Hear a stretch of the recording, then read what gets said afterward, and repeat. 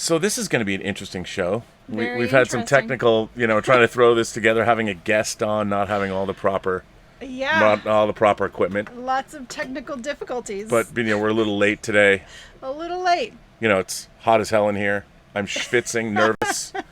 But this is you've never seen this movie before, I've never seen this movie. and it's it'll be very interesting to see how this is going to go. You're nervous, aren't you?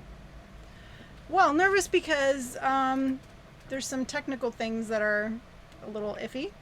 So we'll see. Well, greetings, imagination connoisseurs. Once again, it is I, your Duke of Dope Discourse, your master of fun and wonder, your existential Mr. Rogers, your sommelier of cinema. And what else do I say? I forget. You know who I am, Robert Meyer Burnett. And I am here with my lovely compatriot. Who might you be? I am Elizabeth Gwendolyn Bell. I am the ace, the arbiter of cinematic excellence, and the enchantress of entertainment. The enchantress of entertainment. Yep. Well, tonight's movie is interesting. I think that, if you wanted to pick a topical movie that has something to comment on about today's, what's going on right now, you wouldn't think that it would be a movie that was made 31 years ago in 1989. It's sort of the dawn of the new wave of independent filmmaking. Yeah. But this movie is that. It is. This is one of the great American films, I think. Absolutely. That's ever made. And not only that, it recently was released on Blu-ray by the Criterion Collection, and the transfer, it looks like it was shot yesterday. It really does. It's the stunning. colors are amazing. It's stunning. The movie is stunning. And, of course, Spike Lee's seminal Do the Right Thing. Or as Ozzie Davis would say, always do the right thing. Do the right thing. But before we get into it, we must cheers to this fine example of American cinema. And I'm going to pour you this. Why, thank you. And I'm going to pour myself this because at this point I need a drink. I'm schwitzing. And by the way, ladies and gentlemen... Did you share what this wine is? No, I haven't even changed our camera angle. So this is the kind of show we're doing. Côté? This is a Pinot Noir, a French Pinot Noir. Côte du Roses. Me and my French. Oh, wow. And ladies and gentlemen, kind souls, gentle beings from the 28 known galaxies, we have a guest on our show. And he has wine, too. And we've mentioned him before. He is one half of the official couple of the Burnettwork. And I'm going to bring him on. That would be Claudius. Say hello there. Round of applause, everyone. Well, it's great to have you. Hey, guys. Have you ever been on a YouTube show before, Claudius? I have never. This is my first time. I'm a virgin to this, to these shores. I noticed the volume's probably different between the two of us talking. So if you can... Can you hear me clearly? I can hear you great, actually. I just don't know if it's coming through Wirecast. Can you guys hear? Can you hear Claude? Can you guys hear Claude? Say something. How is the audio? Yeah, if you can get it a little louder, maybe. All right. I can talk up. I can use my big boy voice. Yeah, that's good. That's good. People are already calling you a cool dude. So I'm going to say, let me start off by saying, I know you know how to pronounce Côte, as in Côte du Rhône. But I have to play up. I have to play up the fact that my French is horribly awful. Did you comment on his? Yeah. By the way, everyone, I can't hear what Claude is saying, Yeah. so this is gonna be a little weird. Yeah. A little awkward. It'll be a little awkward. But so one of the things that we just watched this movie. Elizabeth had never seen this movie before. No. And to be honest, you had some trepidation about even talking about this movie because of just how topical it is, and how it hits close to home. Now, not having seen this film, and I hadn't seen this film in a while. Now, this was Spike Lee's. He had made She's Gotta Have It and School Days, and She's Gotta Have It was sort of his breakthrough indie film, and then this film was a Universal movie. This was sort of his foray into studio filmmaking, which is pretty incredible considering how just incendiary this film is. He produced this movie, he wrote this movie, he directed this movie, and he co-stars in this movie as Mookie. Yes. Now, let me ask you, what did you think of this film?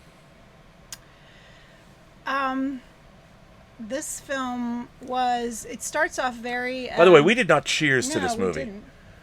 Raise your glass, Claude. Claudius, Elizabeth, this is to Spike Lee, and this is to his... Spike Lee. his amazing talents as a writer, producer, director, and actor, and a film that is timeless and is perhaps more timely now than it was when it was made 31 years ago. So here's To Do the Right Thing. Here's To Do the Right Thing. Bill Nunn, Diana Aiello. Rest in peace, gentlemen. So, yes, the question, this is good. Ooh, this is good. So, what was your impressions of this movie? Yeah, so, well, it starts off pretty lighthearted. You're getting to know the characters and... The neighborhood. Yeah, you're getting to know the neighborhood. And then as it continues on, it gets a little more intense, and then it gets really intense. And yeah. And Claudius, when did you first see this film? So I graduated high school right around the time this film came out. So I was living in Brooklyn at the time, and obviously Fight the Power was the song of the summer, and Spike Lee was a local hero, and this film comes out, and it was pretty fascinating. My friends and I, we were at the High School of Art and Design in our film major, and of course we all went to see this film, and we were amazed by it. You know, 12 Angry Men, Night of the Hunter, what else is inside here? Spike Lee said, was it Bye Bye Birdie? That was the influence for Rosie Perez's dance scene. So many things inside here. And he called it The Anatomy of a Murder, which is amazing. Amazing. It's funny, in a film called Do the Right Thing. Yeah. Do the Right Thing, most people did the wrong thing. Yeah, I feel like this film raises a lot of questions and doesn't really kind of leaves it open for you to, decide what you think. Well, what I really think is interesting about the film from the get is that it really is, I think he does a really good job of showing neighborhoods in transition, sort of gentrification. You have different factions. There's, obviously, this is a predominantly black neighborhood. There are Puerto Ricans. There is the Italian pizzeria that is really Danny Aiello's business. There is the brand new Korean grocery store that has just been opened, and our Greek chorus of characters comment on the fact that how are the Koreans able to just show up here and take this building that was boarded up and turn it into a grocery store very, very quickly. And then, of course, you have the one... there is, I would say, the white protagonist. There is a white cop, and there is John Savage, who is a man who owns a brownstone in the neighborhood, who only makes a brief appearance. So it really has an interesting milieu, and basically it's two streets. We're basically looking Sal's Pizzerias at the apex of this one street, and then there's people that live close to this these two streets. So it's a very contained environment, and there are different groups of people, protagonists that all kind of stick together. You've got the three men on the that are the Greek chorus that are always sitting together talking shit, and then of course you have Ozzie Davis as the mayor, who had some kind of family tragedy or whatever that affected him. And then you have the great Ruby Dee, who, and I can't help but think of her as Mother Abigail from The Stand, from the TV miniseries of The Stand.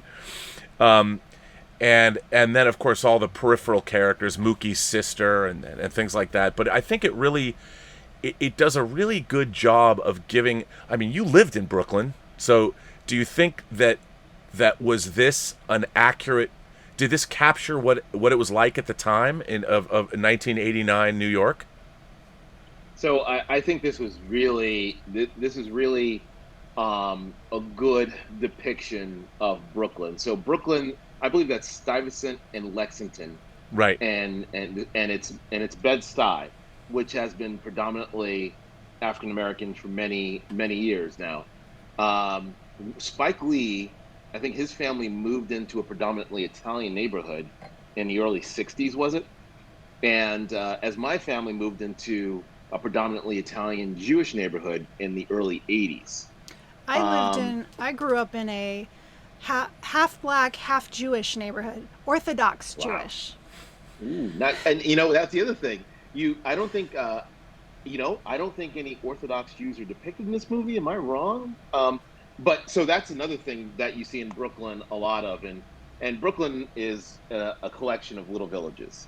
So I remember, so Spencer was born in Connecticut, and when we first brought him to Brooklyn and drove him through, I remember his face was plastered to the window because we drove from one neighborhood to the next, and he went blocks like he drove through like an Asian neighborhood, and he drove. Then it was Muslim, and then and now it's Russian and Jewish, and around Coney Island, and he was just amazed. He'd never seen anything like it. So Brooklyn is definitely very diverse, but Bedford-Stuyvesant definitely was predominantly African American, and on the fringe of changing. That one touch of gentrification is now what is Brooklyn. A lot of those brownstones you can't get for under $1 million, $2 million, multi-million dollars. It's a serious transformation. So yes, long answer. I mean, one of the interesting things is you really do get a sense of the fact that the predominant population of at least this area, the black population, they don't have any ownership. Whereas everybody else, you see John Savage owns his building, and the Koreans open the grocery store, and then Sal's Pizzeria has been there for 25 years. And Sal has been serving, as he said, there's too many pizzerias in the Italian neighborhood, so he's gone to another neighborhood. And not only does Sal say this, but other members of the community, black members of the community, say they've grown up on Sal's Pizza, that he's been feeding this neighborhood for a long time, and he's a mainstay. And I think people, even though he's sort of a gruff Italian New Yorker, everybody sort of likes Sal and likes the pizzeria, and it serves the community. And we as we meet all these people, the thing that happens, Giancarlo Esposito's character, Bugging Out, who, by the way, all of the actors in this movie are incredible. I don't think there's a bad performance, and it's a who's who of performers, black performers, and what's interesting is to see how far so many. I mean, Giancarlo Esposito, between Breaking Bad, Better Call Saul, and now The Mandalorian. I mean, Bugging Out's now an ex-Moth in the Imperial Army. I mean, it's incredible. Great career. And Spike Lee has gone on, obviously, to have one of the most storied careers in Hollywood. He finally won an Oscar, and it's. I mean, this is you seldom see genius coalesce in a single film the way you do in this movie. But what I find really interesting is that the central sort of the fulcrum that starts our plot off is when Bugging Out comes into the pizzeria and asks Sal, why aren't there any black people on the wall of the pizzeria? And what I found interesting about that is I think that's a very valid question to ask. I mean, even though Sal's Pizzeria is obviously Italian in nature, it's served a predominantly black community for 25 years. And you would think, and I think that it really struck me watching it now, that a business owner, I think in this day and age, might have put some pictures of famous black Americans on the wall, or something, because a business owner also should be aware of his customers. And I think that Bugging Out's observation is not one that he's not asking for something out of the realm of possibility. He's asking for something that I think is very natural and should have been done. And I know Agreed. It's provocative, but it's something, and I think it goes to the heart of the very crux of the beginning of the way this movie deals with the issues, because it doesn't just hit you over the head at first. It slowly shows you these things and how it grows and bubbles up, all of these different issues, and I think it does it in a very clever way. And I really think that is a testament to Spike Lee's writing in here, because look, it gets a little heavy-handed by the end, but it's all earned. And I found myself really caught up in all this, especially after what we've just lived through. Do you feel that's the case? I mean, I think it seemed just as relevant now, which is funny. I don't usually feel that way about movies, especially movies that are over a quarter century old. just as relevant, and it's really good on you and Paula to suggest, bringing this movie and doing this movie for WINEning. I think, in the wake of the death of George Floyd, and Spike Lee made this film in the wake of the death of graffiti artist Michael Stewart, and then there was, I believe, Michael Griffith, who died in Bensonhurst. I think there was at 86, or maybe it was a little earlier. And so there's a death. Michael Stewart died by the hands of the cops, and that's something Spike Lee talks about when he talks about this film, and he says that, being the anatomy of a murder, this film, the one wrong thing is when the cop actually kills Radio Raheem. Everyone else does extremely wrong things. Sal could have put a picture on the wall. A business owner would have. Disney would have. But Sal chooses not to, because Sal, like everyone else in this film, is flawed. And they don't do the right thing all the time. However, Right, a lot of the other humans are time, they humans. do the right thing. They're humans. Mookie doesn't do the right thing all the time. And, bringing it back to bugging out, he could have handled it in a different way. But he asks the right question, but he perhaps does the wrong thing. And therefore, he starts a spiral conflict that eventually goes out of control. And, really good on you to talk about this movie at this time, because I think we're always talking about this spiral of conflict, and how do you stop that spiral from getting out of control? Well, what's really interesting is that, when you watch these movies, you want to step in and go, Sal, why don't you ask Buggin' Out who would he like to put on the wall, and invite. Yeah. I mean, in nowadays, if you invited him and you said, Buggin' Out, that's a really good idea, who would you think that I would put on the wall, and who should I put on the wall, and why would you like me to put that person on the wall, and let's do it.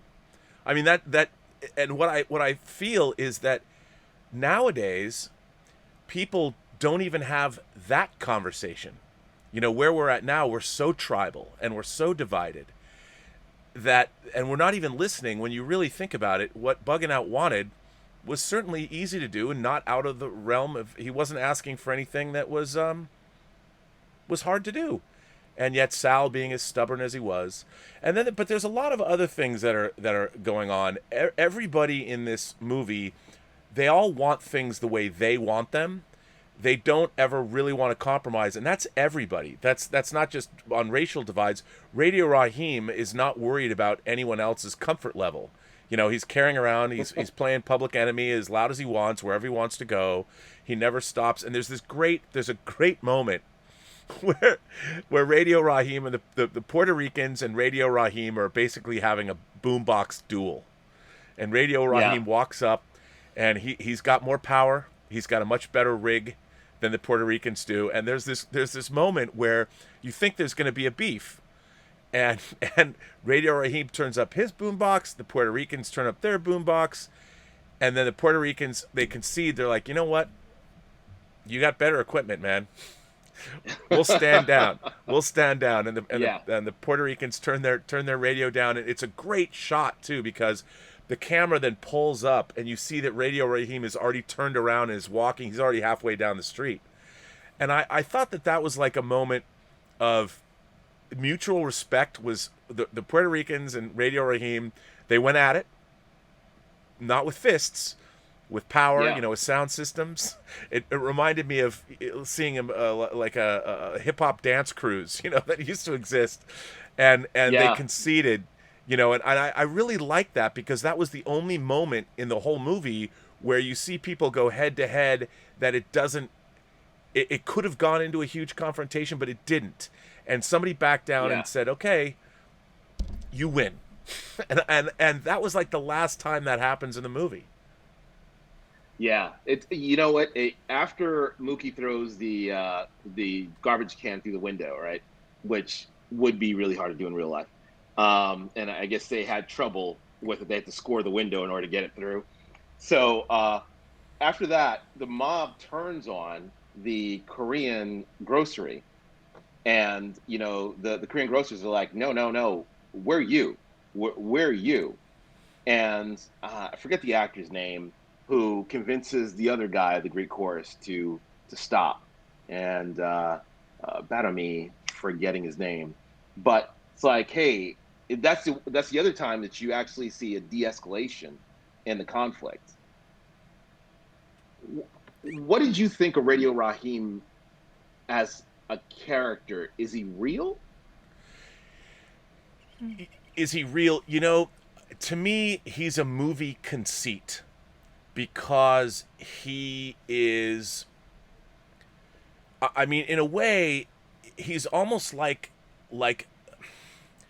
I mean, I didn't see him as a person because he's really not defined as a person. I mean, he's obviously a man, but all we know about him, he doesn't even have great choice in. Well, he's got good choice in music, but he's only got one song that he plays. You know, it's he's almost like a shark that's just walking or going through the neighborhood, sort of oblivious because he's never, other than saying hello to people. There is the one great moment where he high fives the little kid. You know, he's obviously a well-liked person in the neighborhood. Everyone loves Radio Raheem, and they all understand. I mean, in a way, he's almost like autistic, and he has to have that music. And we see there's obviously another disabled person in the film that everybody loves as well. And I kind of saw those two as two sides. I think he's the racial tension. I think he represents racial tension. Oh, that's very astute. Yeah, and I feel like Sal, you know, he's a pretty good person. He's in this neighborhood. He has this pizzeria that people love. But he's also human, and he's grown up in a not black neighborhood, and so, you know, he's got some prejudice, but he keeps it under control. And then when the racial tension comes into the restaurant and refuses to you know, turn the music down, he actually uses the N-word and beats up the radio, beats up the racial tension. But then And he, do you think that? Go ahead. What do you think the radio represents at that point? Do you think the music represents blackness? Do you think Radio Raheem and the music represent black music, hip hop, or blackness itself? I think you can't not. I mean, there's another great scene. It's a transition moment where we hear Sam Jackson list all of these incredible black musicians, and it's a very diverse group. It's jazz musicians, it's rock and rollers, it's hip hop artists. It's very diverse. But Radio Raheem is bringing in, and at the time, obviously Public Enemy was the most incendiary of all hip hop groups. So I do think it represents. I don't think it represents African Americans per se. I think it's just, it represents the tension itself. Or me. It literally is what's happening on the streets at the time. Yeah. I mean, it represents sort of this bubbling discontent. Like, I think calling it racial tension is one thing, but it's how you really look at it, because everybody perceives his music differently. So it depends where he's at, because the little kid's like, yeah, turn it up.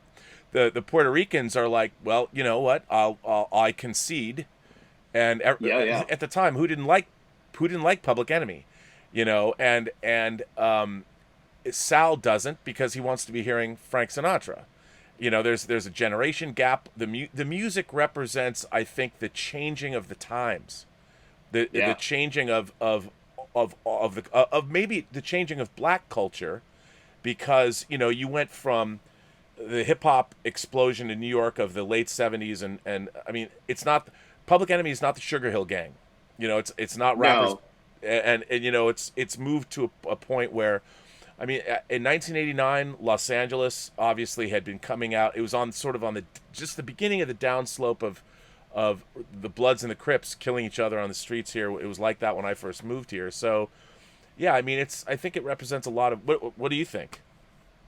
Well, it is really interesting, the representation of hip hop, and then, as you said, the Puerto Rican kids are listening to their music, and Sal would rather listen to his music. You had this timeline in which, disco. There was disco, then there was the supposed death of disco, but disco was driven underground and eventually becomes house music, And so there is this underground house music that sort of unites women, African Americans, and LGBTQ communities, and house and eventually EDM and the rest of that come out of that. So hip hop is its own cultural thing that emerges after the death of disco, the emergence of rock, almost as the counter to the rock in the middle of that era. So I think, and it's hard now thinking back to 1989 because, like you, I was listening to Duran Duran, so it's sort of hard. It's you when you look at that dichotomy between rock and hip hop, it definitely represented two facets of a culture war that not necessarily everybody was having. Yeah, no, absolutely. And it's interesting because the opening credit sequence of this movie is striking. With Rosie Perez, I mean, she's dancing to this, and we're intercutting between her in different costumes. There's constant costume changes happening that I think in a way I was just enjoying watching her dance, watching it again. I want to go back and watch. And by the way, this was her first role. This movie, according to the credits, introducing Rosie Perez, who's also terrific in this film. I mean, she doesn't have a lot of screen time, but she's amazing, and she's also multi-ethnic.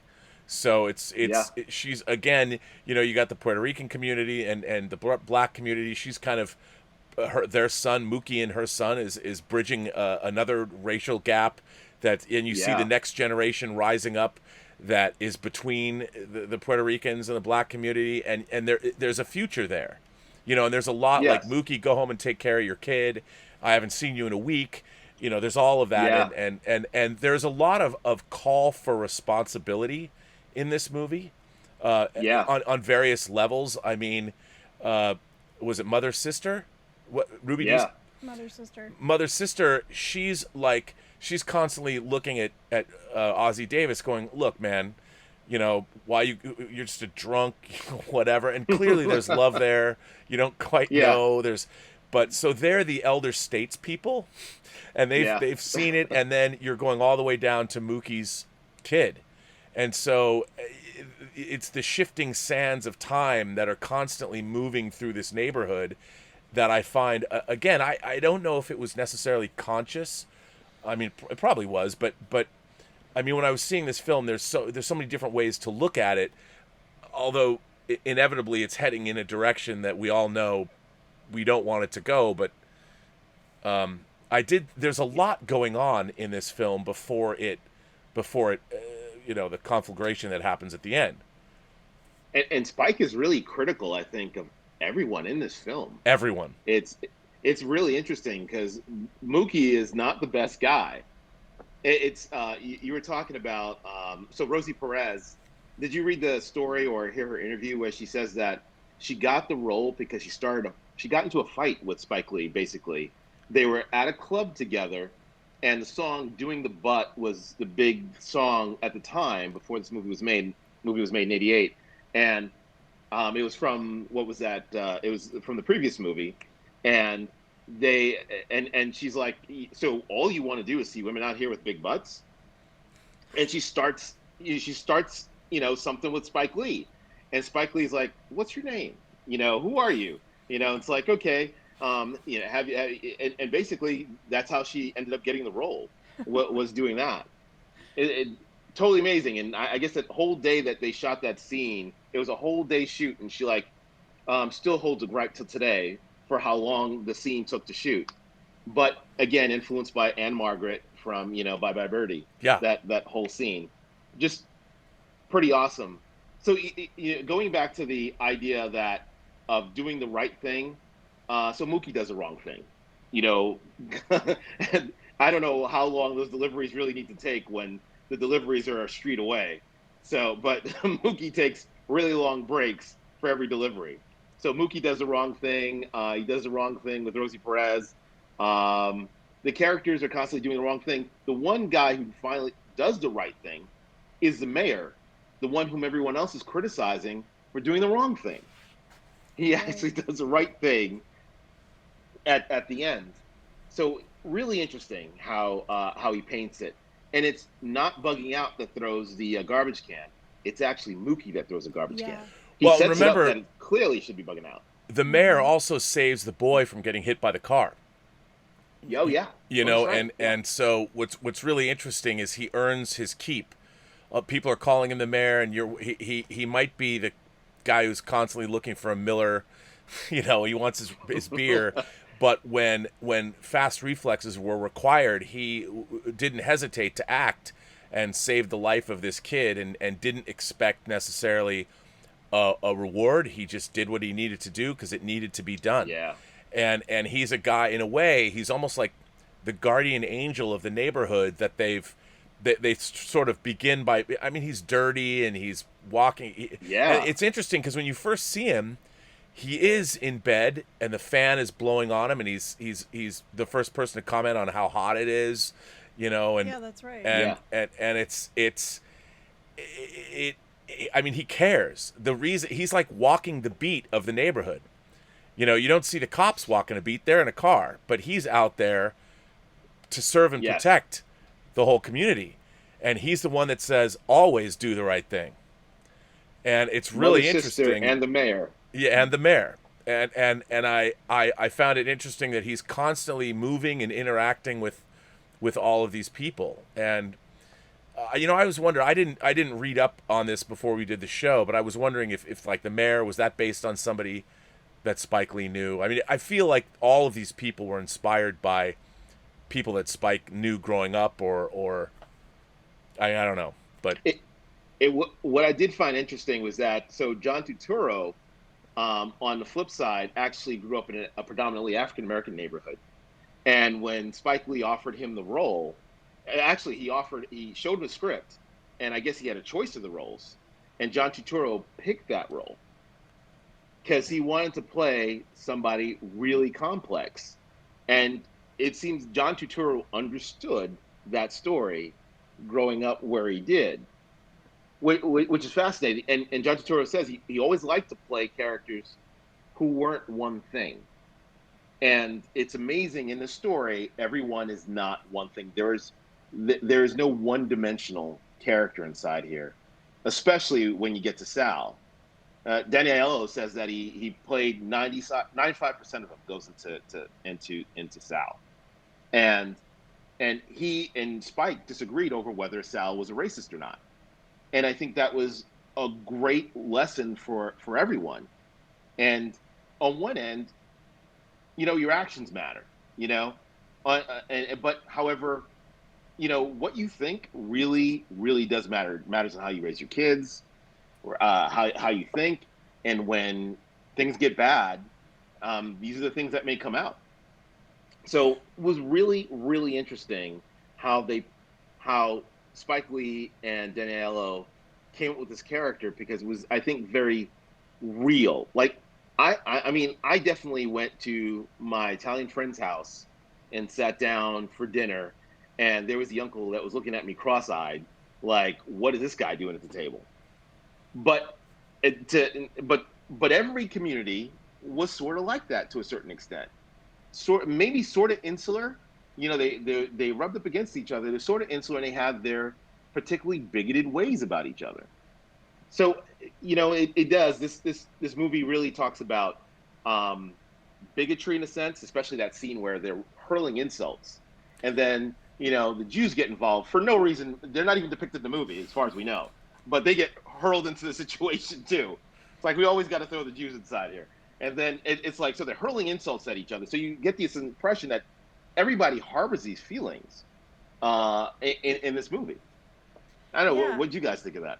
And I find it interesting that Sal has one son that is pretty racist and another son that isn't. And, you know, they're raised by in the same family. So it kind of speaks to Sal, you know, Sal working through things, and you know, he probably didn't start off as open as he ended up when he first opened up that pizzeria there 25 years you ago. know, after 25 years he's a little less racist, right? But one son, you know, learned the racist part of him, and then the other son, you know, didn't. Well, and Turturro even says, Yeah. his character says, well, my friends, they all make fun of me. You know, so it's he's got the Yeah. pressure of his own Italian community. And another scene, it's a little didactic, but I think it's one of the great scenes in the movie, is when Mookie says to Turturro's character, you know, what do you think of Michael Jordan? You know, and lays out, what about Prince? He lays out, and John Turturro's like, well, you know, they're not really black. They're different black. They're different, and Mookie's like, you know, and it's such a well, Michael Jordan's okay because he's Michael Jordan and he's playing he does something that I like, so it doesn't matter whether he's black or white, or it doesn't matter what color he is. I don't see his color because he's a great basketball player, and he really nails. I think, again, that hasn't gone away. I mean, there's people, Yeah. the seething cauldron of racism in this country has not gone away, as we've seen, especially as it's bubbled back up over the last, 4 years. But it hasn't gone away. But I do think that even in the most racist communities, there are people like John Turturro, like, yeah, okay, but I like LeBron James. Who cares that he's Yeah. black? I mean, I don't like that he went to the Lakers or whatever, but okay. I still, being from, he defected from your neck of the woods.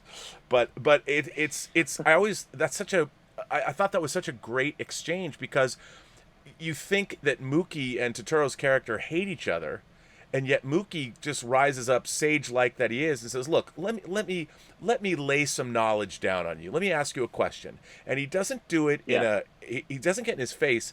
He's very nice about it. He goes, "Let me ask you a question," and he just throws it out there. And there's this great moment where they're actually communicating, and Turturro understands what he's saying. He gets what Mookie's saying. He comes around. He's like, "You're right," but he can't act on that. He just in the time he says, "You're right," but he'll drop the N word later.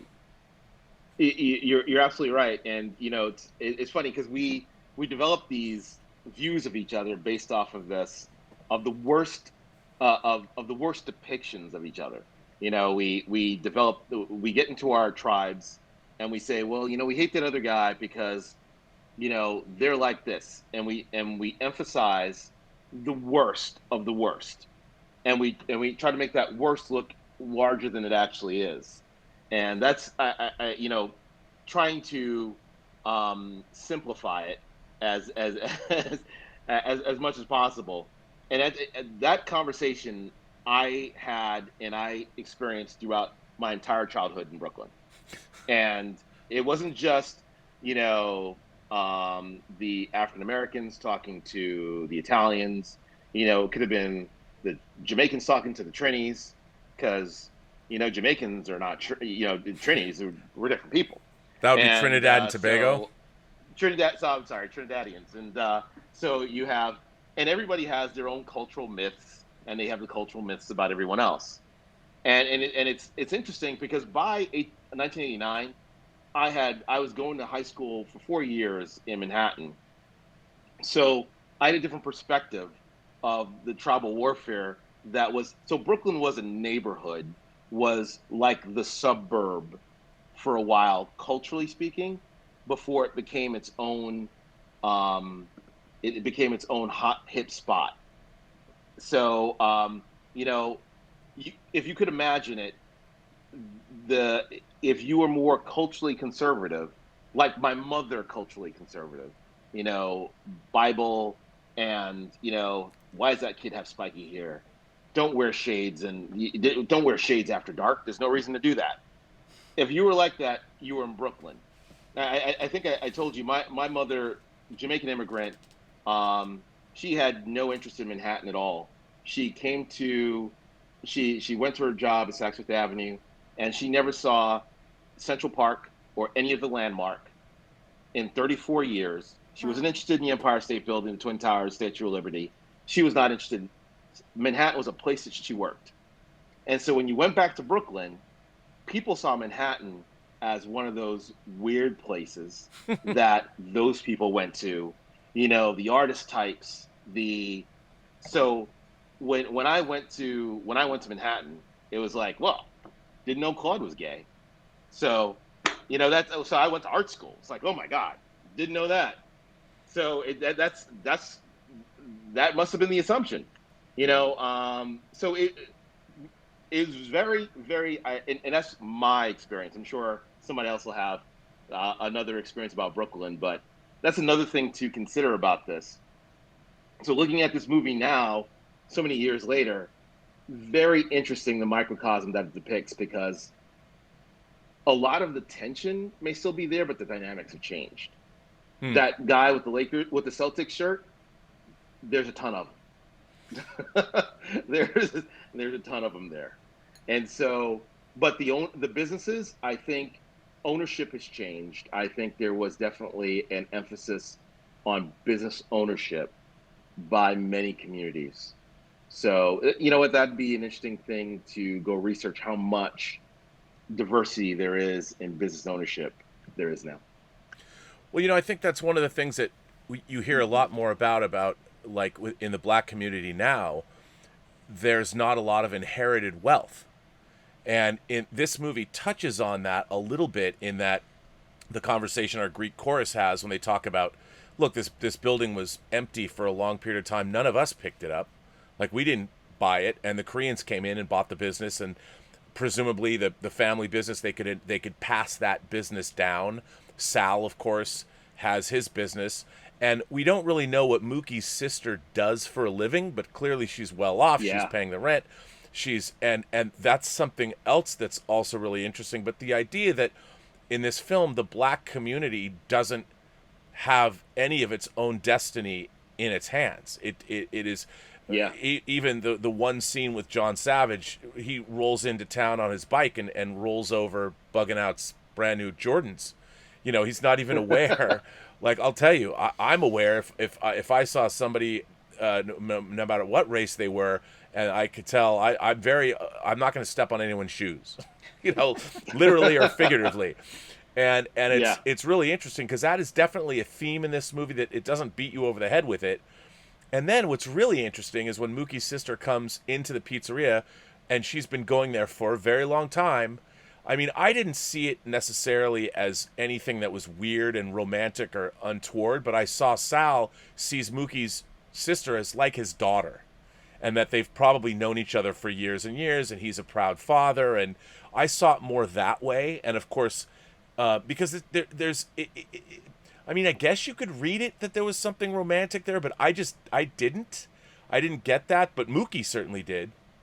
But you'd think that, well, Mookie knows that they've grown up with Sal. I mean, he works for Sal, and his sister knows Sal, and there's sort of a lot of interesting stuff going on with that whole area about ownership and things. But now that's a lot of the talk about income inequality and income disparity in this country. That is, in the 31 years since this movie came out, the people that own the America, it's increased. The top 1% owns more wealth than they owned 31 years ago, and there is no inherited wealth. I mean, the black community doesn't have that business legacy that they can pass down from generation to generation, which allows people to have the economic power to not just own things for themselves, but control the destiny of whole communities, which is something that I think definitely needs to happen. We need to make sure that the black community in America creates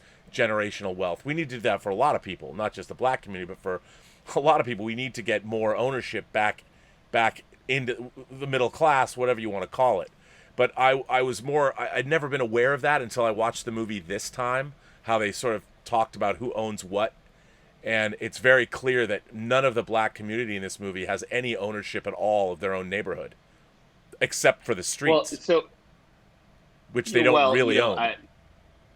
Hopefully Sam Jackson owns the radio station, but maybe he doesn't. And definitely great Sam Jackson's the movie. So that spreadsheet, I'm not sure if you were able to read it the other day that I sent you, the one on poverty. So to break it down, it's like our perceptions about poverty and the reality of poverty, from the census, website. I mean, basically about 40 million people in poverty. Mm-hmm. And so of the 40 million people in poverty, the racial definitions are weird, and but how they break it down, they have white, non-Hispanic, they have Hispanic, African American or Black, and then Asian.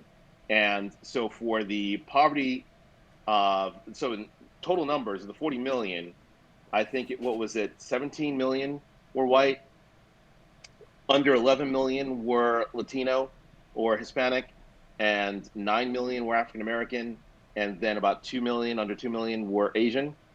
And so that's what we're talking about in terms of the abject poverty level in this country. We're not talking about people on the fringes, people who are above the poverty level getting by, but that's the abject poverty level. However, if we were to look at pick your cable news, you would get a depiction that's completely different. You'd think that the majority of people in the country who are poor were African American, and not just 9 million. You would think, and so the poverty rate on that same spreadsheet for the African American population was 22, and you would get this, you'd see this like, oh my God, it must be like 50, 60, 70, 80, 90%, and it's not even close. No. And so it's funny that sometimes both on the left and the right, there's this need to play up a myth, and it's not substantiated by the facts. But like you, someone on the left, I'm disappointed with people on the left who can't even argue. They whether you watch them on TV, they cannot even argue with those set of facts to say, hey, dude, that's not true. Hey, here are the facts. They actually double down on the myth. Right. And instead of, when they're actually called on it, they don't actually just come out and say, hey, that's not true. Here are the real stats. You want to know the real stats for crime in New York City? Hey, it's lower than many of your cities out west when you talk about per capita. But you have this cultural myth that's perpetrated that, wow, this is the most dangerous place to be in. And if it was that dangerous, you wouldn't have a hovel that was worth $1 million and that people were clamoring to get into. Anyway, we'll get off the soapbox. Well, no, and one of the things that was interesting about that spreadsheet you sent, because you sent me 2 different ones, I think, and one of them was about the census and how that the census is allowing people to declare themselves as 2 different races if they want to. Oh, okay. Which I thought that was just the thing. I'm like, well, that's interesting. Everybody. Yes. It's such a weird. It's so weird because we now live in a world where people, if you feel like you are something, then I guess you can be that very thing. What is the Rachel? What was the woman who decided she was black but she really wasn't? Rachel. I forget her last name. Yeah, I forgot her name. Yeah. But so it's look. I was talking about today on Robservations. I got a letter from a person who's is transgender, and they said that they enjoyed and this is not the first letter I got like this. They said they enjoyed watching my channel because they felt welcome, and that made me really happy because I like people in general, and I found that my whole life I've liked talking to people. Like it doesn't matter who. Because everybody that you meet has a story to tell you have yet to hear, and I really believe that. I've learned that through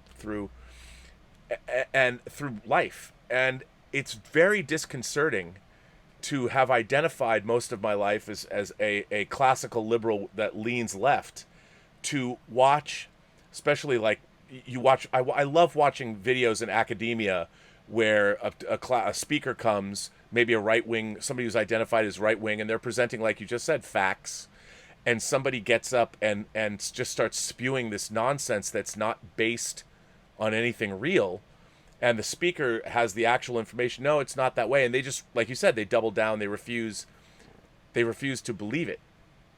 But one of the things I like about this particular movie is the real problem with this film is no one is really talking to one another, and except the scene with Mookie and Pino, John Turturro's character, they actually have a conversation, and you see that Mookie gets to John Turturro, actually was able to convey something to him that he might not have considered, and concedes that Mookie is correct.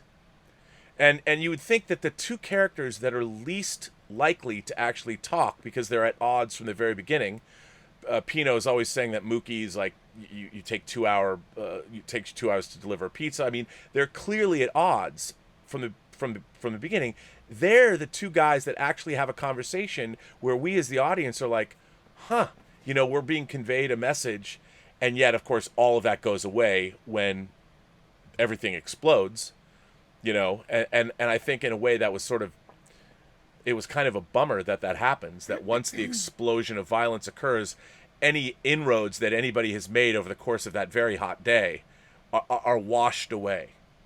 You know, the sides. But even after the What's that? Sorry, even after it burns down, even after the pizzeria burns down, and Sal meets Mookie at the end, they still sort of care about each other to a certain extent. I was going to say that. They're pissed off at each other, but they care because they still have to pick up the pieces and move on. Sal's entire way of life, all he knew how to do, is gone, and he's devastated. But he knows a kid died, and it's maybe largely in part to things that happened and transpired there that he was involved in and other people were involved in, and that kid shouldn't have died. And so, but he's still pissed off. You know, Mookie's there, and Mookie's there to get his money because Mookie's still got to be responsible to his kid. And he did the work. But he's pissed off. Mookie already did. He did the work. He's owed that money. He did the work. But he's pissed off that Raheem died, and so you've got this interaction where Sal humiliates him, but he gives him the money. And even when Mookie says, you know, at first, I don't need your money. You know, I'll owe you $50. And then Mookie's like at the end, no, I'm a pragmatist. I'll get those other $200 bills, and picks them up and walks away. But it's you know, the film is a very, you know, when you're watching it, I find, first of all, I find this movie to be wildly entertaining. You know, I love all the characters. Yeah. I love the way it's beautifully photographed.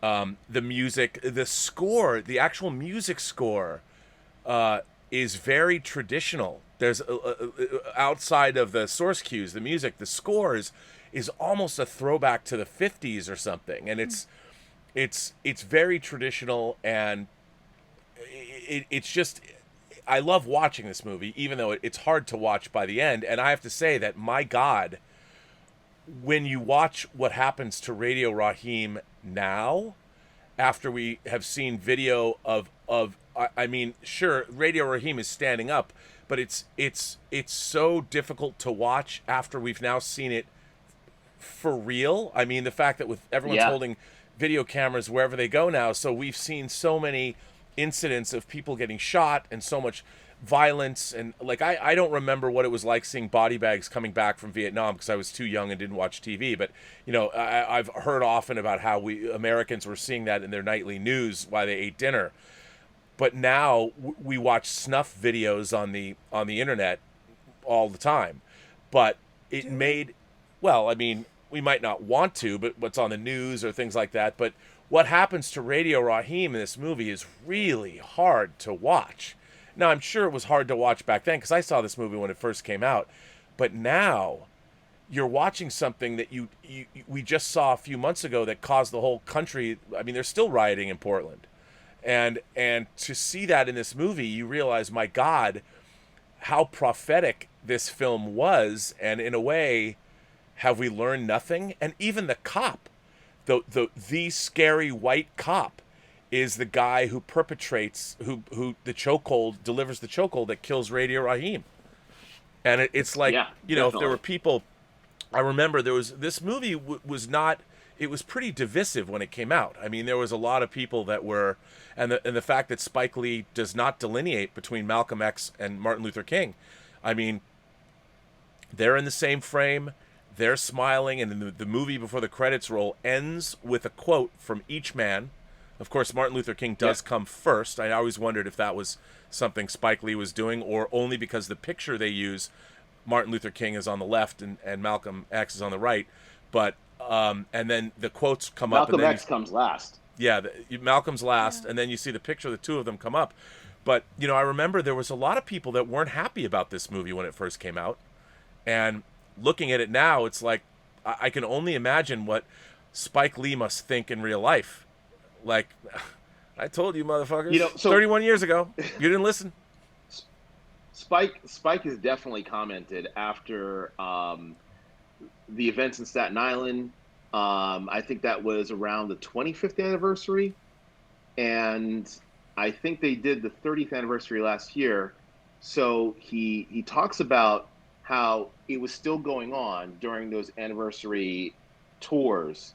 He talks about how you still have this event going on, and that the movie is the depiction, the anatomy of a murder, and how essentially the cop does the wrong thing at the end. He doesn't have to kill him. No. And what kind of culture creates a cop who is gonna be inclined that this life is less than? Now, it's not to bash the cops, very clearly. Not here in any official capacity, but I come from that military community, and so I am fully supportive of our law enforcement military establishment.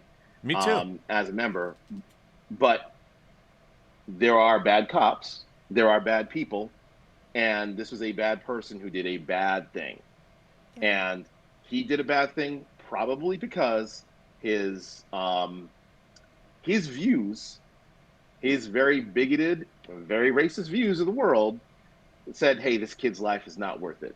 I hate coming to this place. Probably just like Pino. Everything that Pino said, that cop probably believes too. He hates walking that beat. He hates being in this neighborhood. He hates the people.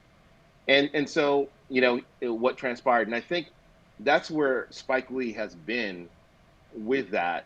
And he says about the Malcolm X, he put Malcolm X last because he felt like he leaned more to Malcolm X in 1988, 89 than he did to King. And it's funny, and it's now here for everyone to say, hey, all right, where do you think we could be more constructive? And is it a King or X? Is there another way? What is the most effective way to move ahead? Those sit-ins weren't violent, but it took a lot of courage to sit there and to be nonviolent while you were being spit on and punched.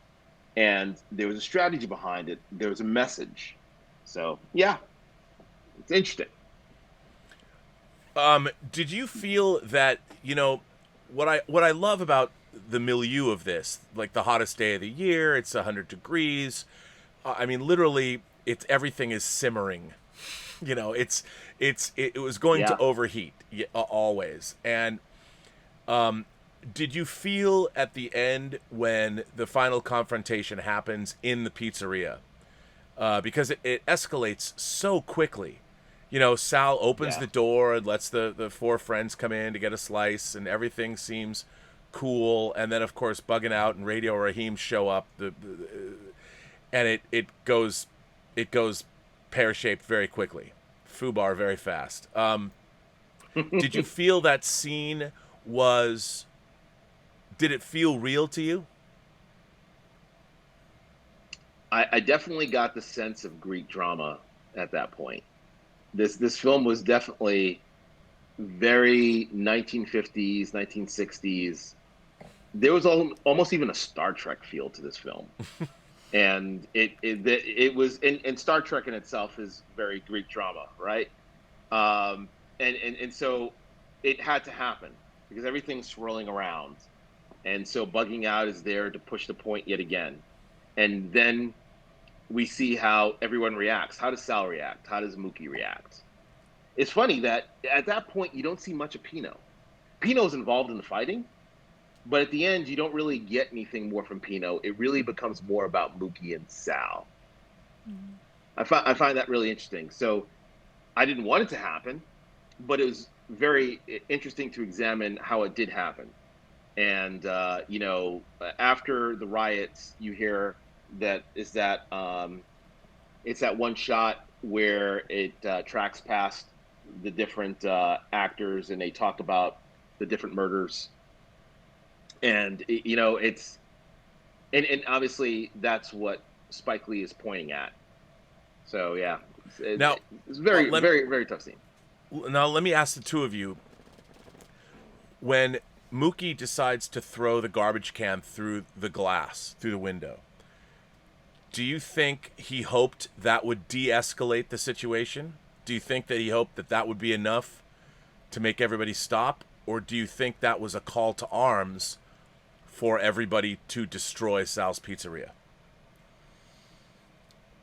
I saw it as, well, they had already stopped and they were kind of just standing around. So when he did that, it escalated things. But I mean, I saw it as his frustration. You know, he's working with these people, and you've got the one son who's like a total racist, and you got the other son that he's friends with, and then Sal's kind of in the middle, and it's just like this kind of frustration from being in that environment all the time. And you know, he just let it out by throwing the trash can into the window. I think that's how I saw it. What about you, Claude? Yeah. Agreed. You know, Spike Lee also said that generally, you know, he never gets asked by you know, black people why does Mookie do that. It's like he says that generally, you know, you got other people, film critics, that'll ask, well, you know, why do you think Mookie does it? And it's and he's like, of course he does it because he's fight the power. Then at that point. Now, you can have a real honest question, is Sal really the power? You know, because I don't know if Sal really represents the power, but Mookie does it out of a sense of frustration, just like Elizabeth said. I think, you know, right on. And, you know, just like their friend when Sal died. beats up the radio, it's out of frustration. It's like they're pushed to the point, the racial tension pushes each of them to the point of lashing out. See, I only asked this question because this time when I was watching it, I saw it as a way that Mookie was, in a way, tried to put a punctuation mark, an exclamation point on all of this. And he was saying, he was making a statement. But I don't think that Mookie necessarily thought everybody was going to go in and destroy the entire pizzeria because, you know, I just thought that it was his frustration. He wanted to show the community in a very graphic way frustration, and he did this thing because, you know, it's interesting. He takes the lid off the garbage can. He takes the garbage out of the garbage can. So he's really thinking about what he's doing. He's not raging. He's making a very calculated decision. He doesn't just run over and grab this garbage can and throw it. I see it as he thought about it, and he knew he needed to make a statement. And I think that he thought that maybe, in my mind, when I was watching it this time, that maybe he thought that would just make everything stop. But obviously it doesn't, and then he's caught up in all of it as well, so whatever he thought of at the time goes away. But it seemed to me like it was something that needed to happen. You know, Radio Raheem lost his life. There needs to be some kind of retribution must be paid, and that was Mookie's. Something's got to give, man. I can't walk away from this and not let this. I can't let this stand. A man has died, Yeah. You know, and Yeah. and it was really interesting because you think about, we saw the riots happen now, and what we saw a couple months ago. There were stores that were hit that had nothing to do with anything. So a lot of stores people frequented anyway. They went in and ripped the stores off that they liked, and there was just damage willy-nilly. I mean, people just wanted to, as crowds do, they get their blood up, and that's what happens. But in the case of this was an attack on the killing ground, or the thing that instigated this. So I almost felt like I don't advocate. I don't think destroying anything helps, but in this case, I kind of feel like it had to happen.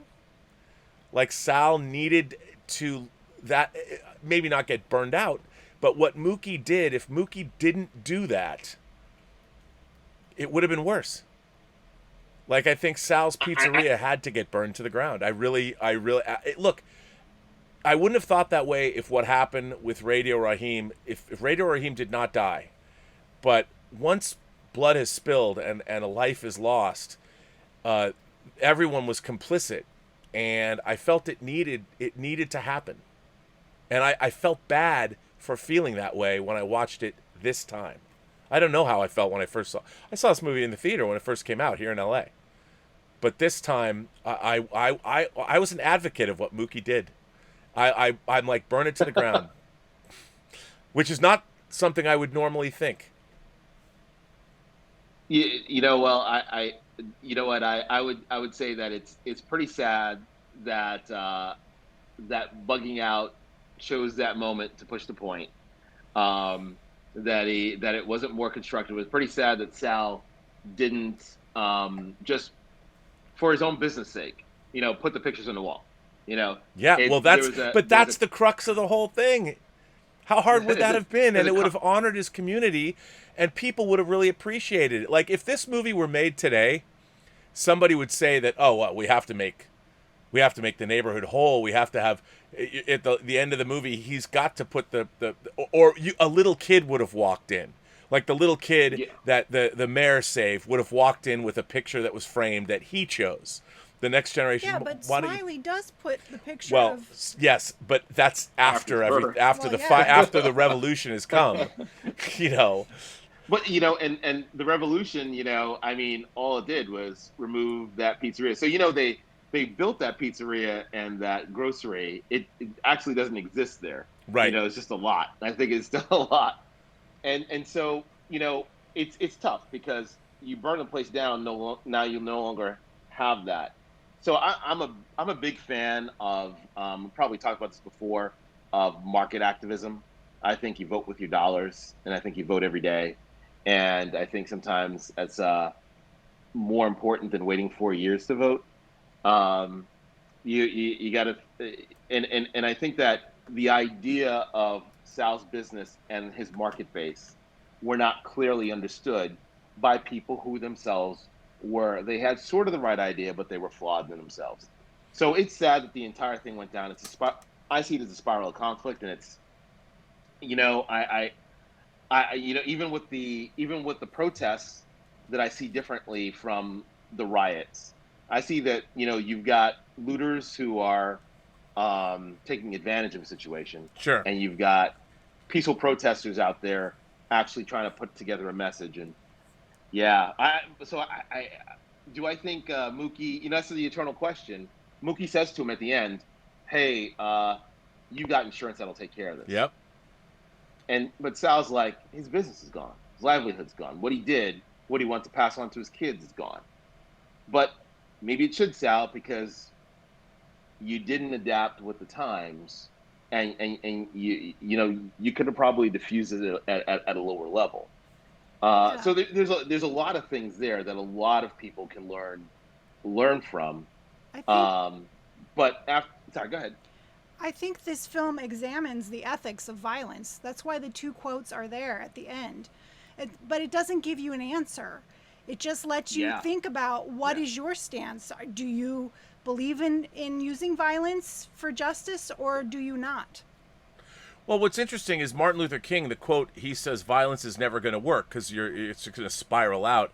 And even Malcolm X says, I don't think it's going to. I don't think violence works either, but I'll use it if I have to.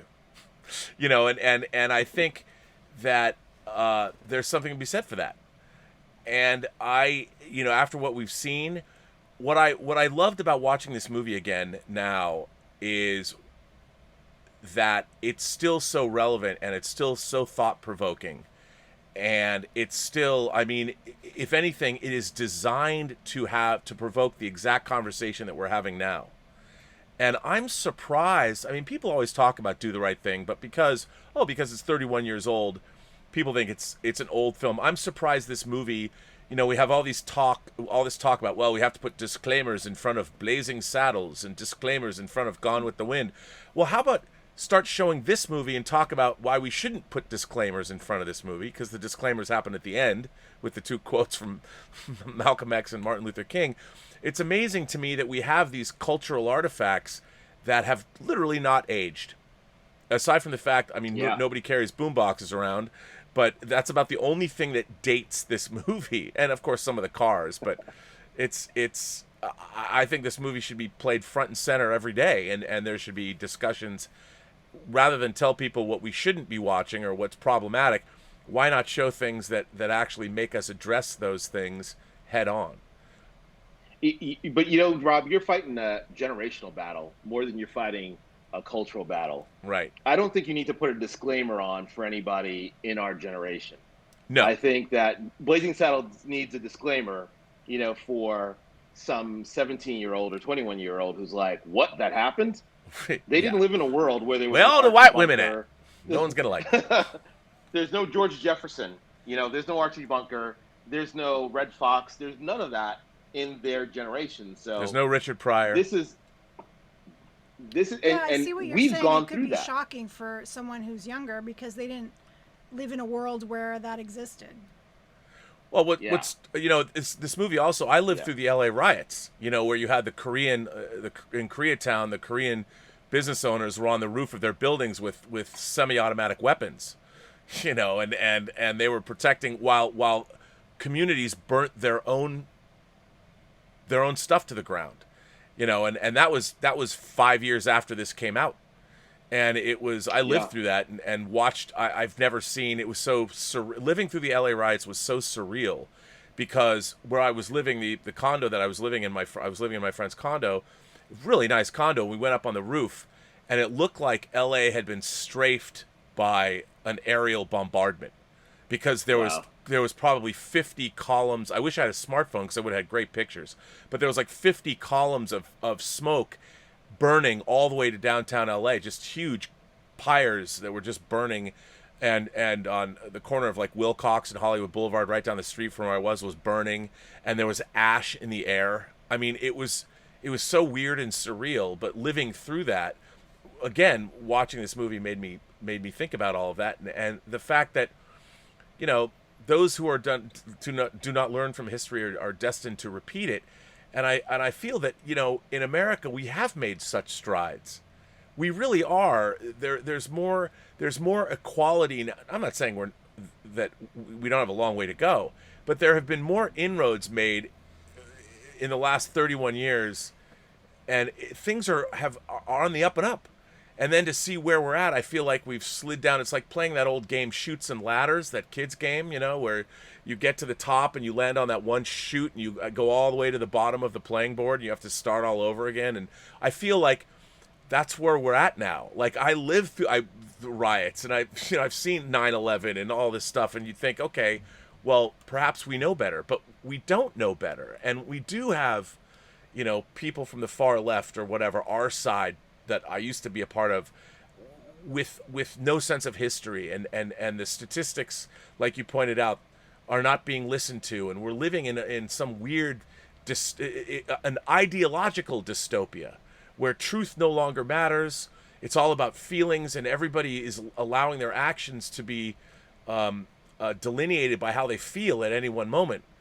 And I come from a place where the universe is indifferent to your suffering. One day a solar flare could wipe off every biological scrap on this planet, and we wouldn't know. And Well, my question to you would be, do you think it's truly an ideological divide, or do you think it's, again, more of a generational divide, where you've got people on the left of a younger generation who are not as moderating? Well, I mean, I think Michael Chabon, who I always rip on because of Star Trek Discovery, I love Michael Chabon's work. He's a Pulitzer Prize winner. He is a writer on Discovery. He wrote a great book about fatherhood and being a manhood, being an adult male. And there was a chapter he wrote about kids, free-range kids, of which I was one. I know you were. When we were not, our lives were not programmed. When I was a kid, you'd leave the house at 10 o'clock on a Saturday morning, and your mom would say, come back by dinner. And they didn't know what you were doing. And when you were going out, and when I was a little kid, you were learning how to interact with other kids. If you had a beef with somebody, you had to deal with it yourself. if you had a group of friends, you had to figure out, well, what do we want to do today? And you would compromise and parlay and figure out all these things amongst yourself. So there was skills that we were learning when we were younger about how to deal with people and situations. If somebody didn't want to do what you wanted to do, you weren't going to stomp your feet and get mad. You had to figure out a way to work it out. And you did that on your own. And I've seen over the course of the last 30 years, that's really changed as kids have had their whole lives programmed. And, you read like Jonathan Haidt's work about the coddling of the American mind and where we're at. I feel that social skills, learning how to read the room, even when you're young, when you're a teenager, how do you get along with other people? I mean, now when everybody's looking into their phones, or the face-to-face interaction, which used to be so vital, learning how to pick up physical cues and verbal cues from people has sort of gone away. And I think that we're not good anymore being able to sit down in front of somebody or sit down in a room and have a conversation where there's whenever you would sit down with somebody, there was a mutual respect there. You would never sit down in front of somebody and just yell at them or discount.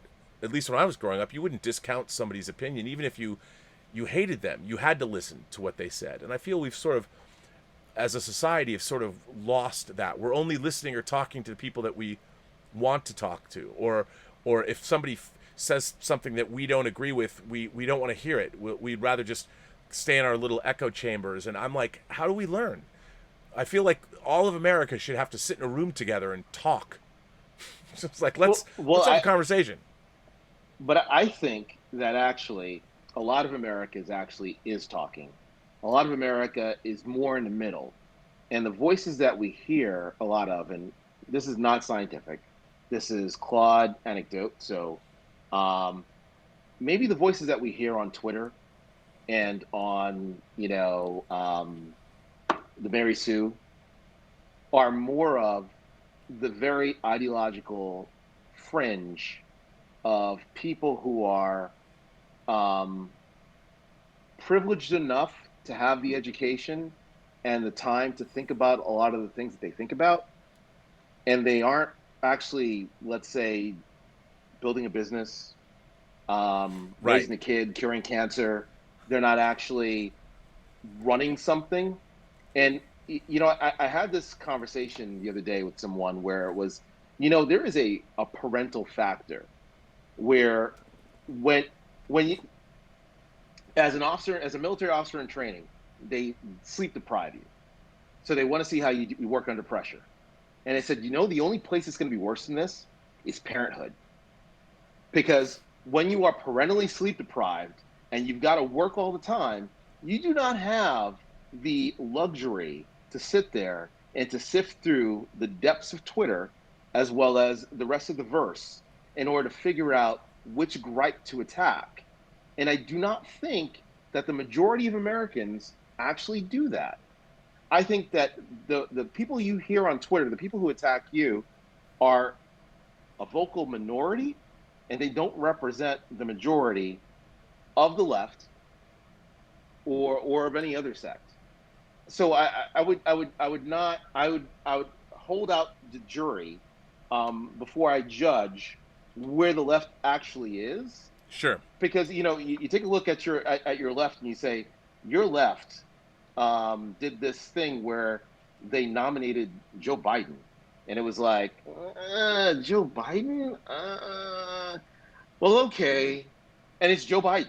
They actually didn't nominate Biden. I mean, they didn't nominate Bernie. They didn't nominate Elizabeth Warren. They nominated Biden. So the left can't be that left. Right. Well, that's true. That's true. But I think in academia, there's certain colleges and things where there's the ideas that are happening in academia about where things should go. You hear a lot about people being Marxists, and there's always been that. I mean, I one of my favorite movies is Reds. We see the beginnings of American communism and people that sympathize with the October Revolution and all of that. But I think it's odd because I think that there's not enough scholarship anymore. Like I just wish people would take time to delve into either side of an issue and really Yeah. one of the great classes people would take, and I was never very good at it, believe it or not, but was debate. When you take high school debate, it really helped you organize your thoughts, and you understood how to look at both sides of an issue. By the way, speaking of that, there are people that have been throwing in questions, and I wanted to. Oh yeah. I mean, do you have time? Do you have time to? I do. You Okay. rock it on. Let's see what people have to say here. Julius, our friend Julius Goodwin, who's also sort of an adoptive son of this channel, Julius says, to get myself into a mindset for this movie, I, of course, listened to Public Enemy's song Fight the Power before watching. On a more serious note, it's sobering to realize that the issues touched on in this movie are still with us now, and worse, really. Do you think it's worse? I hope it's not. I actually hope that it's not. I hope that it's not. Note about Public Enemy. It's actually moved back on the whole Elvis quote. You remember, Elvis is racist. Got a lot of proof to that. So Chuck D talks around it now, but interesting. Elvis don't mean shit to me. Timbula the Spider Monkey is here. Tim says, yet another movie I love. You guys are knocking it out of the park with your selections. This was the first Spike Lee movie I saw and still my favorite. It's just a shame that it's more timely now than ever before. We have not grown past this crap. I think you're right. But I still think that I do think that despite where we're at now in the middle of COVID-19, and I know I don't know if you watch this, but one of my favorite things that I watched this weekend was the dog fights that I think it was the Air Force had. The dog fights against the AI. I don't know if you watched. It was a fighter pilot. No, like, I did not. it was I think it was the Air Force. It was a video where one of the great crack fighter pilots, it was only a simulation, but took on an AI, and it was a dog fight. Okay. And the AI wiped the floor. I see. It's like a 5-hour video. And if you go to like 4 hours and 38 minutes, they do 5 competitions. It was amazing. I don't know why I brought that up, but I was just thinking about you. But the thing, it was amazing. That's bad. You want to do a whole show on? You want to do a whole show on Air Force systems in the future? Oh well, yeah. I mean, really boring. Top Gun, drones, all swarm drone technology, all kinds of craziness. But yeah. But yes, Tim, I think that we are growing past this. It's just we have these conflagrations that happen, and we have to move beyond it. What do you think? I mean, you're a mother, and you've raised kids. How do you feel about? I know there's things that you're pessimistic about, but are you optimistic? Are you optimistic about things? The future? Where do you think we're going to go? Well, yeah, I'm optimistic about the future for sure. I think right now we're in a very polarized, very difficult moment, but I think we'll grow past this for sure. But your daughters are very, I think, accepting of people. Like they're very open. They're not. I don't think they're racist at all. Well, no, I mean, we're very. I don't know. I tried to raise them to be very open and polite, and being polite, makes you respectful of other people. So respectful of anyone. But she's been a little activist. She's marched. She's been on TV. Yeah, they both have. They've both been on marches. They've both been, out there, for sure. Yeah, and so, but are you optimistic about the future? Do you think that America will come together and sort of polish our nation to get that luster back? I really hope so. Otherwise, I'm moving.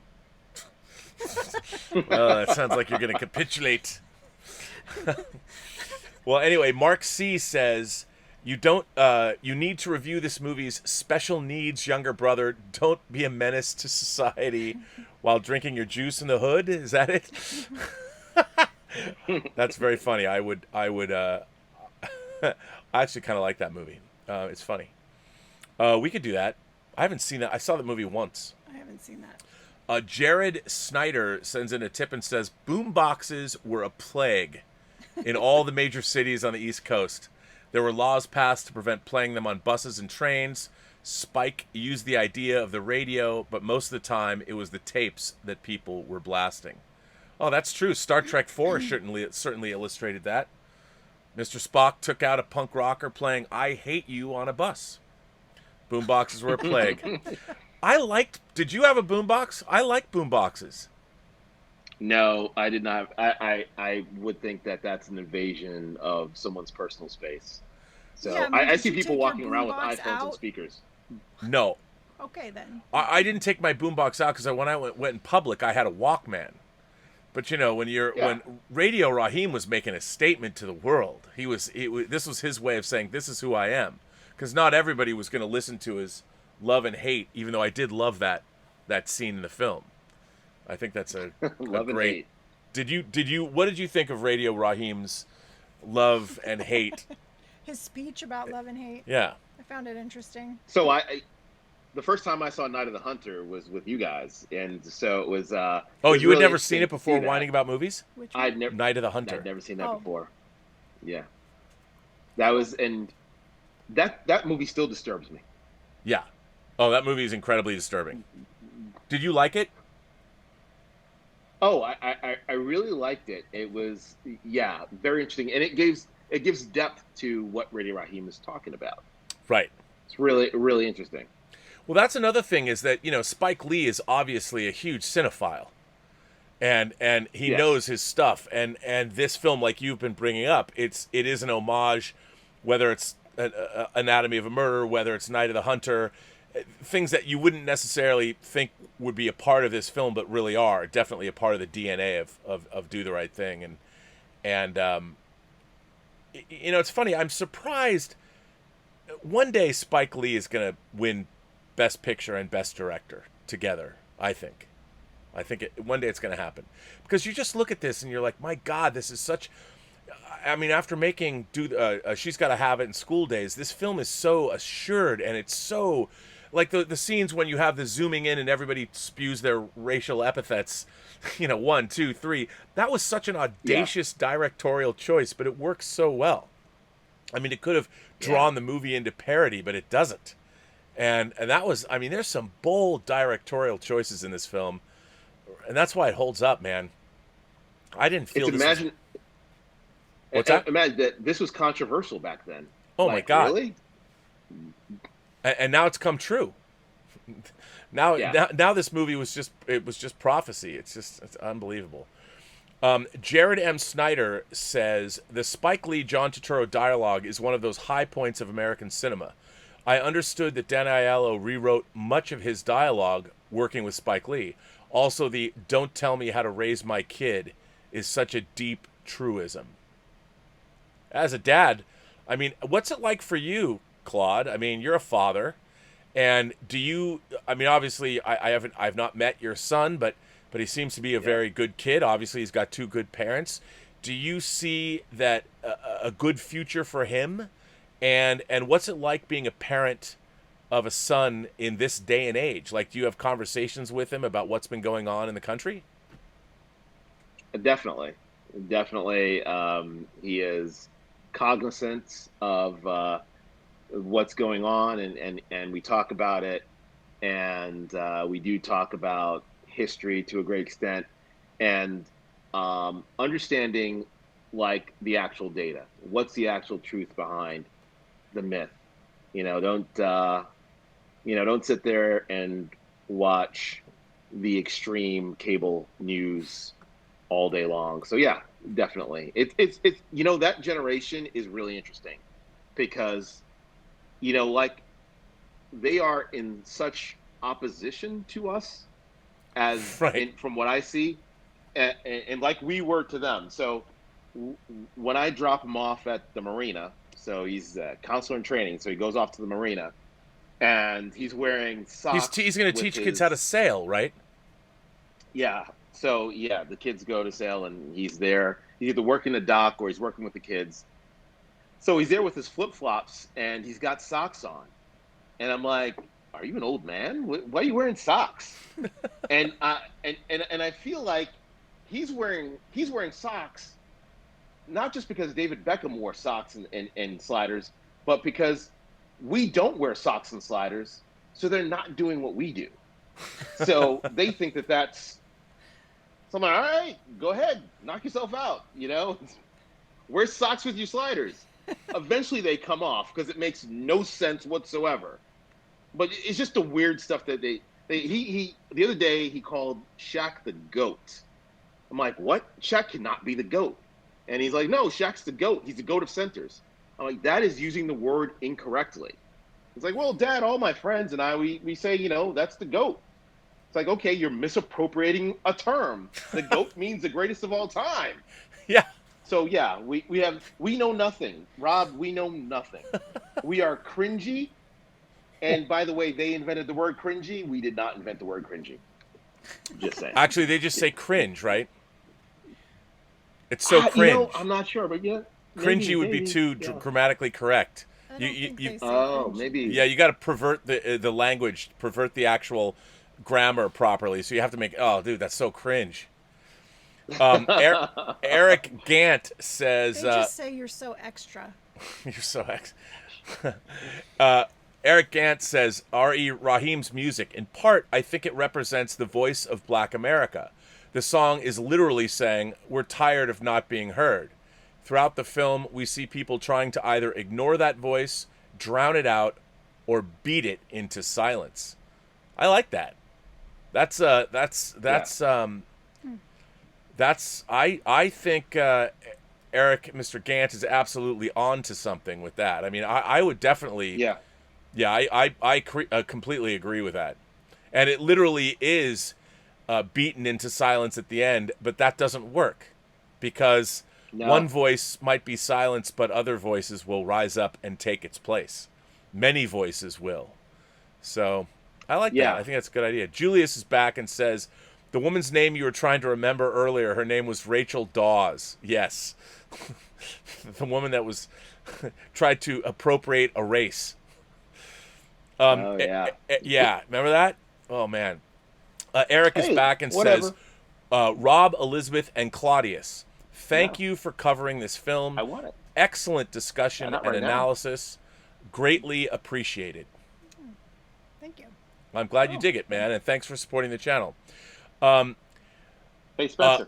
Mark C. says a super chat and says, you no longer need worry about conservative speakers talking facts on college campuses. Those, like Ben Shapiro, have been banned from speaking on them. That is very true. And while, it's interesting, I'm not necessarily the biggest fan of Ben Shapiro, but a lot of the time he does. Elizabeth was asking me just this week, she's like, are you becoming a Republican? And I said, no, but there's a lot of conservative voices that speak truth because they're dealing in facts. Just wave. Well, I can't go there with you, Rob, but I think, come on. Is that Spencer? Sorry, that's Spencer. Say hi. Say hello, man. Show your face. What's up, Spencer? It's good to see you. He says, "What's up?" Say hi. I invented the word goat, by the way. He said he invented the word goat. Okay, get out of here. So. No, Rob, I can't go there with you. Definitely not. It's interesting. The culture war wages, and you try not to contribute to it. You want to contribute to the healthy discourse, and I think that the right really sees a lot of things that are not there. I think. I completely agree with you. I also think that people. Gleefully they love weighing into the opposition. Everyone's waiting to destroy other people, and I think that I don't get that at all. I think that healthy debate and respect. That's what I think where Elizabeth talks about this a lot, don't you? Yes, I do. That respect is lacking across the board. Yeah. And I'm always about the baseline that exists. If we're all Americans, then we have a baseline of respect. We should look at all of each other as Americans first, and that we all have a common interest, a common goal, a common history, common background, and a common desire to move forward with life, liberty, and the pursuit of happiness. And I would just I don't think a lot of Americans feel that way anymore. That there are Americans that feel that other Americans should just be gone. Yeah, we're so quick to tear each other down. Well, I think often what you have is on the extremes is there is a belief that I've got to keep you spun up, and believing that the other side is so bad that you can never listen to anything they've got to say. And, you know what? There's a conspiracy of pedophiles out there. That's why they're so bad. This is what they want to do to you and your world. And if you keep doing that to people, they'll always be turned off to what it is that you've got to say. Yeah. And that's what's really tough about right now. There is no middle ground where people can just talk about ideas. Right. And it is sort of weird. You don't want to approach a situation as a scientist who asks the question, hey, why is your brain smaller than mine? Probably is not coming from a good place. No, it's not. No. But the thing is, we all know better. We all know that that's not the right way to approach a conversation with somebody. Yeah, but no, we've lost that. We've lost that when we've lost respect for each other. We don't listen to each other. We're just talking past each other, and we're, talking at each other. Nobody is having a conversation anymore. Oh, I agree. And what's so funny is conversations with other people are so rewarding, and so, like, I've had conversations with people that they turn out to be hours long. Like, when I was a kid, I met one of my heroes at the 42nd World Science Fiction Convention, Carrie O'Quinn, who is the publisher of Starlog magazine. I had taken a 2-week road trip between my junior and senior year in high school with a buddy of mine, saved up money all summer, and we went to Anaheim, California. We went all through California, but we went to the 42nd World Science Fiction Convention, and I ended up talking to Carrie O'Quinn, who published Starlog, and we were waiting for an elevator. We talked outside of that elevator for 4 hours. He never got on the elevator. Yeah. And we got in this, like, he was one of my heroes, and we got into this conversation, and it was incredible, and time melted away. And having those kinds of great conversations are some of the most rewarding moments you can have when you're really connecting with one individual or maybe a group of people, and you can sit down, like this conversation we're having tonight. I mean, this is already the longest episode of Whining About Movies, other than when we did two movies. That's true. Oh, I apologize. Don't apologize. I mean, aren't you having a good time? Well, don't answer that. Maybe you're not. I'm having a great time. I'm having a great time, and it's a great film to talk about. There's so much to pick apart.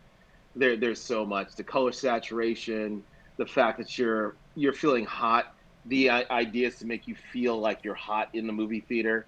I mean, it's amazing. But you're right. Conversation is what's required, and it's this conversation that we never get to. It's the proverbial we've got to have a conversation, but we never get there. And Pino and Mookie actually have one of the only real conversations in the movie. You could there are a few others. I mean, but definitely those guys actually have a real conversation. You wish it could have gone longer. Right. It almost foreshadows those conversations that you would then see with Tarantino, where people would actually start talking about their cultural mythos, where they actually get these ideas in their head. And I think you're right. Where do we get these ideas from? What's interesting about your show is that you're a guy who's willing to say, hey, maybe I am wrong. Most of the people you encounter, they don't want to ever admit that they're wrong about anything. The worst thing they can ever do is to apologize for being wrong. And that's really weird, because you don't really want to learn then, right?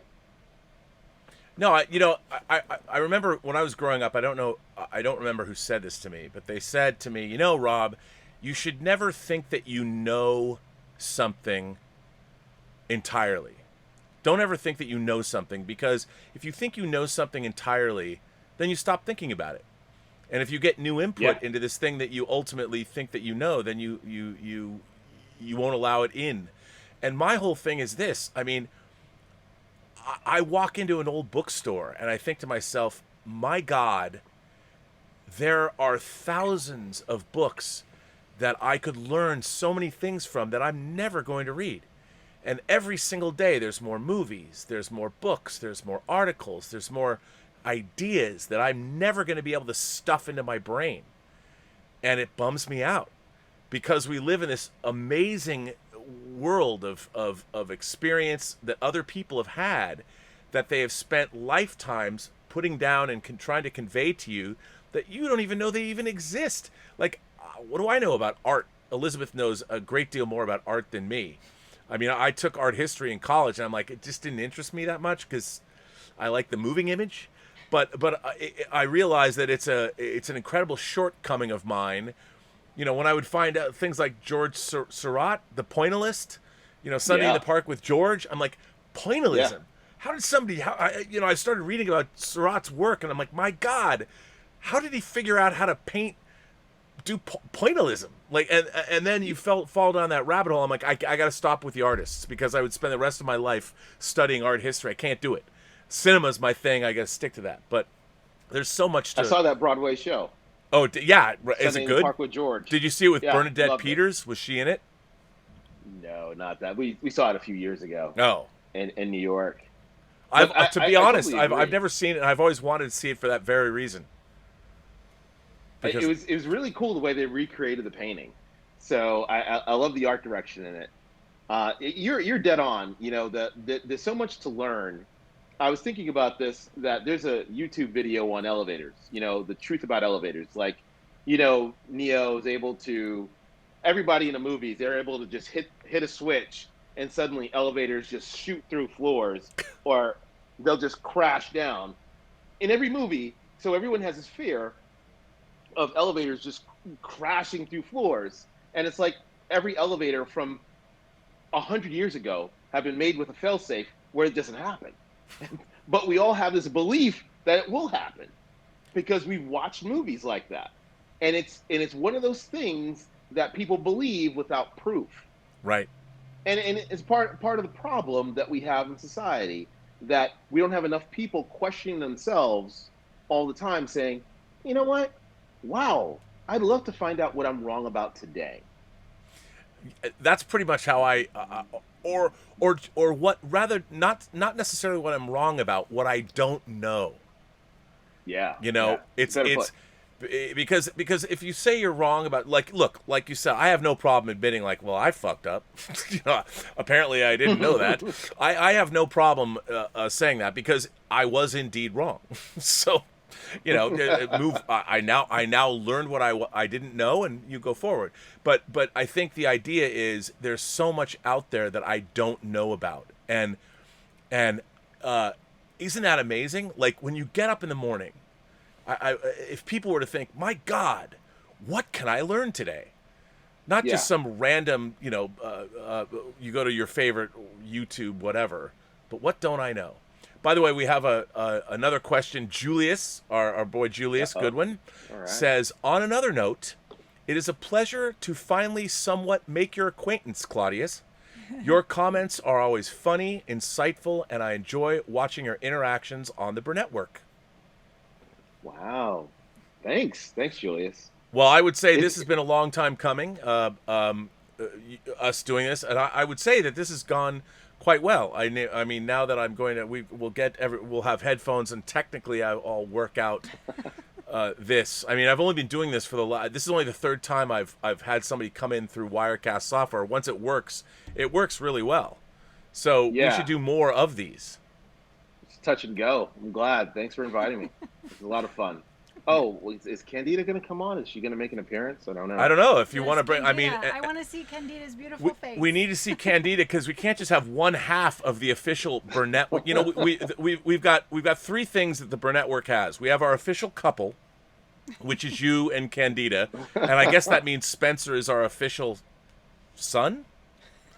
And then we have Jacob Fudge's comic book shop, Comic Relief. Yeah. And then we have Kaz Graphics is the official cheesemonger of our channel. So I think for a YouTube channel to have an official couple, an official comic book store, and an official cheesemonger is something that has to be unique. So it would be great to see Candida if she's willing to jump on and show us her lovely face. Is she around? It would be great to see Candida on. Just because I love her voice. Hola. Maybe she can talk in Portuguese and Elizabeth could talk in French. Well, not just sit until here and- 30,000 subs. We're closing in on 30,000. I Where think are we? we're like 1,500 subscribers away from. Well, come So- say hi. Come say hi. I mean, she has to come say hello. Well, she doesn't have to. But... Ah, well, hello. Hello. Hola. Hi. I've been listening. She was making sure that the entire show didn't go down in flames, so she was going to stay I away. think it went. What did you think? Did it go well? I think it went I think really it went well. I How's thought this was Elizabeth one of our maybe our best show ever. feel? I thought the conversation was really interesting. Well, good. Yeah. Interesting. So are you going to come on next time? Depends on the movie. We have to do a Portuguese movie then. What movie would you Yeah, like yeah. to do? If we did a Portuguese movie, what movie would that be? Oh boy, we'd have to think about that. I think There's not a lot of good about ones. Well, listen, I think that we are going to bring an end to this epic version or this epic episode of whining about movies. I want to thank, Candida, first of all, for loaning us your husband, Claude, on a Saturday night. I want to thank you for that. I want to thank Paula Bowlers for suggesting we do this movie. I don't know if she'll see this. I hope she does. She actually wrote me a letter that I'm going to read on the show maybe tomorrow. And, of course, Claude, I want to thank you for being here, and I want to thank you both for your many contributions to this show in terms of the actual beverages we have drank. So thank you for that. Thanks and Thanks and for thank you inviting. for being... Actually, I didn't really ask you if you agreed to be the official couple of the Burnettwork. I just kind of made you that. But thank you for... Thank Oh, you. We Mark accept. C. Mark C. says, he sends in a super chat. He says, "I'm upset, Rob. I've worked really hard to be the channel's official toxic fan." Well, you know what, Mark? Well, you are. So now we have our official couple. We have our official Congratulations. a comic book store, our official cheesemonger, and Mark Chure is now, from this day forward, the Burnettworks' official toxic fan. Well, there you go. And when I say that, to know him is to love him, because he might be toxic, but he's also very smart. So I'll grant you that, Mark C. Now the question is, will you come on the show? And so, but anyway, I want to wind this up by thanking our moderating staff, who is here. We have the Richard is here, Mr. Derringer is here. I don't know who else is here. Is anybody else here? I don't see anybody, but the Richard and Mr. Derringer, thank you for moderating. I also want to thank Haynock. I want to thank Robert Pariso. I especially want to thank Mike Bodden and Greg Smith. And our moderating staff is great. And I want to thank the Richard for all the work he does. And if you want to go find him on the Post-Geek Singularity Facebook page and the Whining About Movies Facebook page, you can. He's always having watch parties and all of that. I especially want to thank Claudius for being here and being such a vibrant and articulate member of the Post-Geek Singularity. And it's been fantastic to do a show with you, sir. So thank you. I hope I wasn't too wordy. And, I think it was MC Black Cat said, Black Panther eat pizza, we eat pizza. But this was a great show. And I can't thank you enough for doing this. And it's been a lot of fun. Thanks for having us. And I think Elizabeth was worried. Now, didn't this turn out to be one of our great shows? Yeah, it was good. Good show, right? Mm-hmm. So, all right, Really appreciate it, Elizabeth, guys. why don't you then, what? Are we done? Yes. Okay. But we have to. We have. We have. We have business to attend to. We do. We have our bottoms up scale, and now we have a third person to ask. No, Explain what the bottoms up scale is. Okay, the bottoms up scale is from 1 to 4 because there are 4 glasses of wine in a bottle. So let's ask Claude first. Claudius, on a scale of 1 to 4 glasses of wine, 4 being the best, what would you give Spike Lee's 1989 very prophetic film, Do the Right Thing? 4 glasses of wine. 4 glasses of wine. I'd have to agree. 4 glasses of wine. I, too, will hoist my glass. I give this 4 glasses of wine. Spike Lee gets the highest award for his film Do the Right Thing from Elysabeth's Whining About Movies. That's right. All right, well then why don't you take us out? Everyone you meet has a story to tell that you have yet to hear, and all you have to do is listen. It's true. All you have to do is listen. And with that, what else? Have a better night. Have a better night. All right. And we will have a better night.